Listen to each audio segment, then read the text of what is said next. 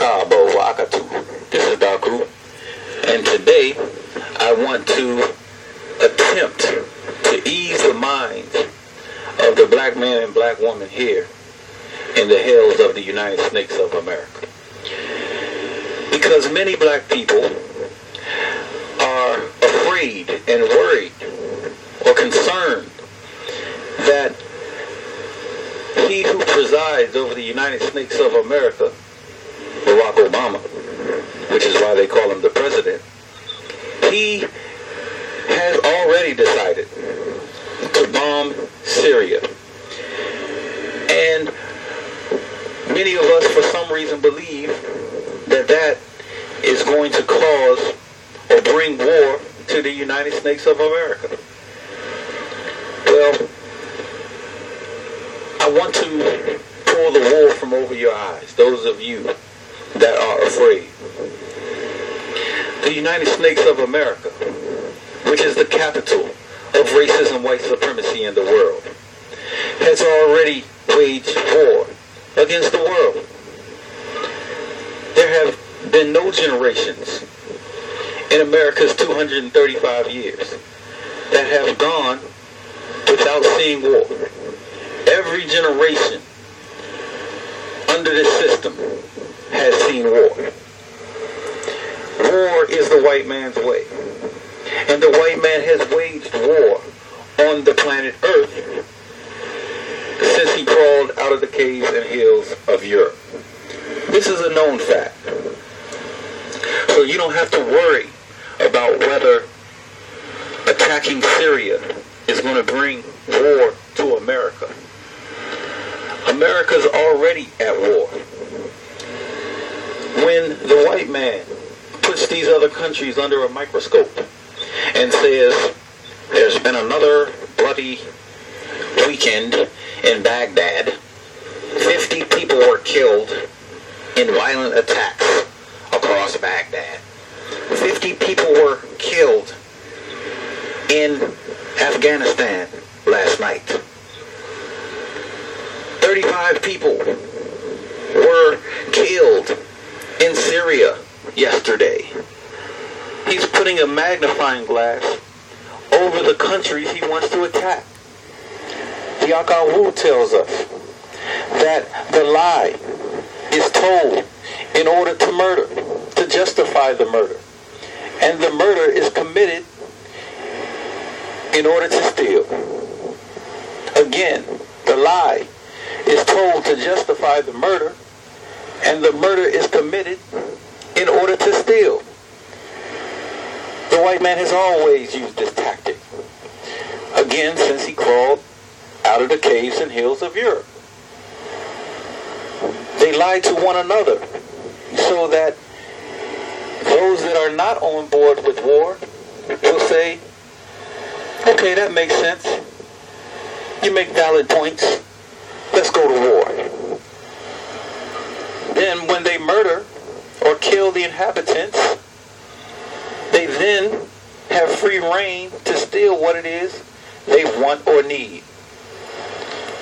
That has been the white man's way.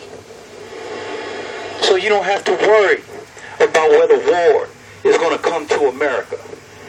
As they say that all of these other areas of the world had violent nights last night.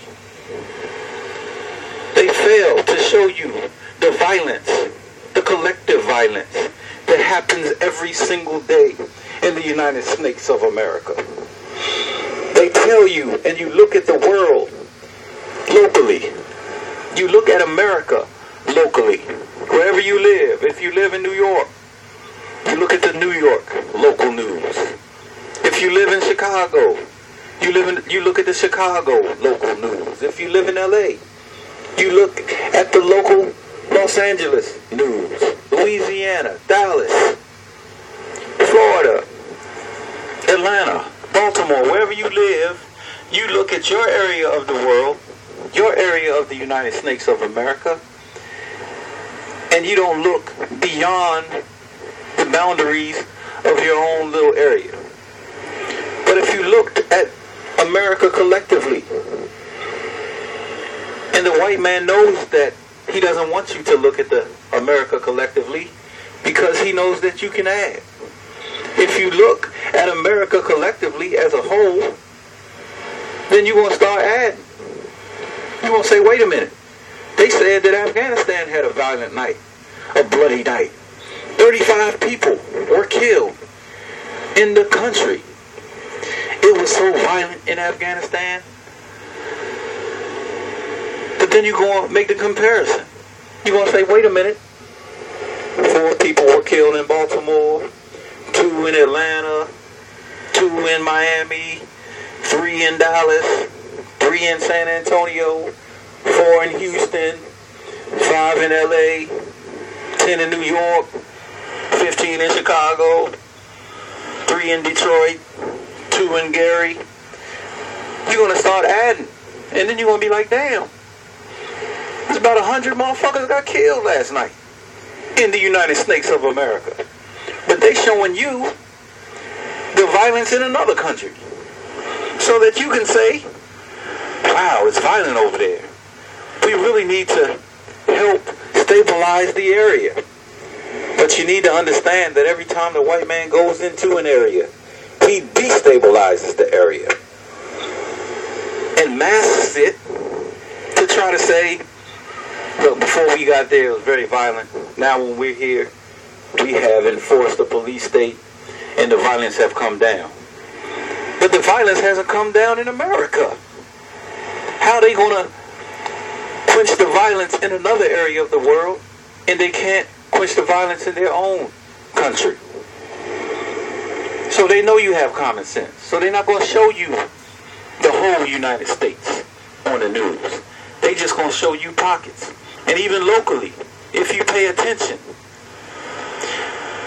3 people, 5 people might have been murdered. They talk about 1 on the news, maybe. Okay?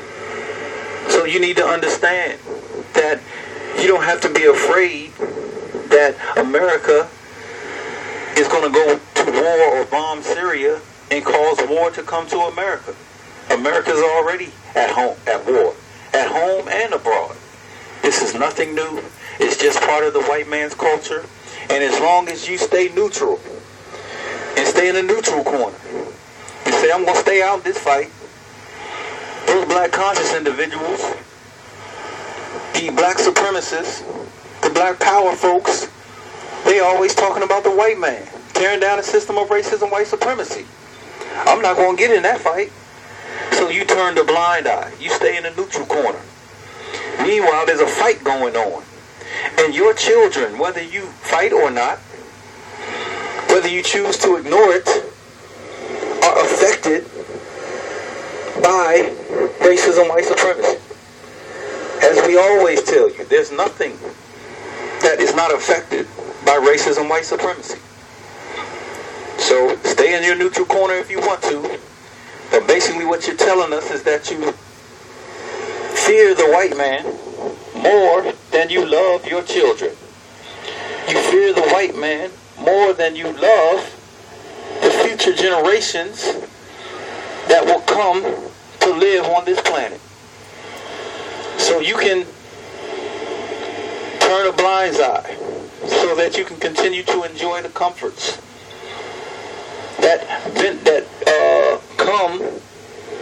that you benefit from as a result of the white man's destructive behavior.